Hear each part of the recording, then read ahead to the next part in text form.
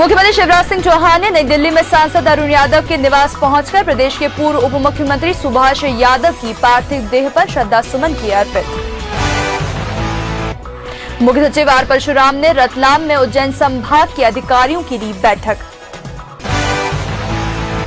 और किसान कल्याण कृषि विकास मंत्री रामकृष्ण कुसमरिया ने देश के कृषि यंत्र निर्माताओं की राष्ट्रीय संगोष्ठी को किया संबोधित। नमस्कार, एमपी लाइव की खबरों में आपका स्वागत है। मैं हूं वैष्णवी।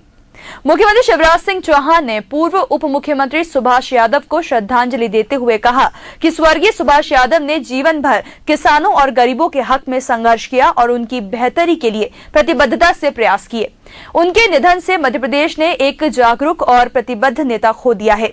शिवराज सिंह चौहान ने कहा कि स्वर्गीय यादव ने प्रदेश में सहकारिता और कृषि के क्षेत्र में उल्लेखनीय कार्य किया। शिवराज सिंह चौहान ने कहा कि प्रदेश के विकास में सुभाष यादव के योगदान को हमेशा याद रखा जाएगा।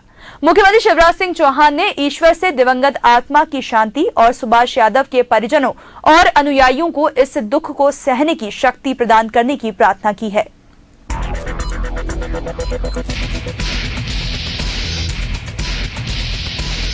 राज्यपाल राम नरेश यादव ने उत्तराखंड बाढ़ और प्राकृतिक आपदा पीड़ित लोगों की सहायता के लिए अपना 1 महीने का वेतन दान दिया है।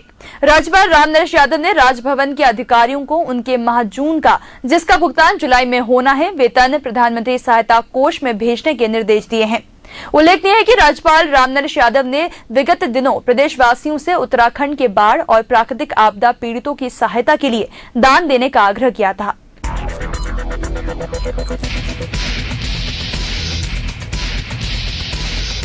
मुख्यमंत्री शिवराज सिंह चौहान ने निर्देश दिए हैं कि अब प्रदेश से उत्तराखंड गए गुमशुदा तीर्थ यात्रियों की खोज पर जोर दिया जाए।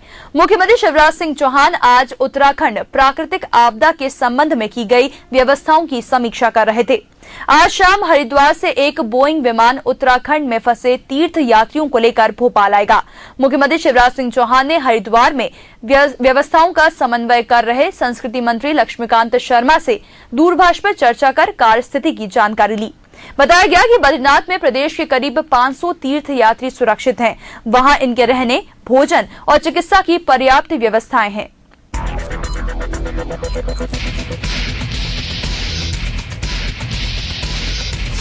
मुख्य सचिव आर परशुराम ने कहा है कि सुशासन की अवधारणा को मूर्त रूप देने के लिए कारगर रणनीति से काम करना जरूरी है। उन्होंने कहा कि अलग अलग विभाग की योजनाओं के क्रियान्वयन और नागरिक सेवाओं में समन्वयबद्धता सुनिश्चित कर गुणवत्ता को बढ़ावा दिया जाना चाहिए।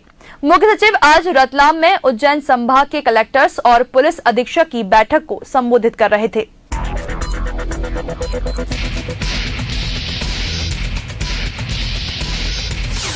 परंपरागत रूप से आदिवासी अंचलों के श्रमिक काम की तलाश में दूसरे स्थानों की ओर पलायन कर रहे हैं, लेकिन राज्य में महात्मा गांधी राष्ट्रीय ग्रामीण योजना के माध्यम से आदिवासी बहुल इलाकों में खोले गए रोजगार कार्यों की वजह से इस साल पलायन को रोकने में सफलता मिली है।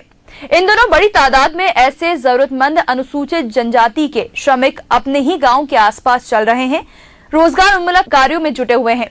राज्य में अनुसूचित जनजाति के जॉब कार्डधारी ग्रामीण श्रमिकों को उनकी मांग पर तत्काल रोजगार मूलक काम मुहैया करवाने के पुख्ता इंतजाम किए गए हैं।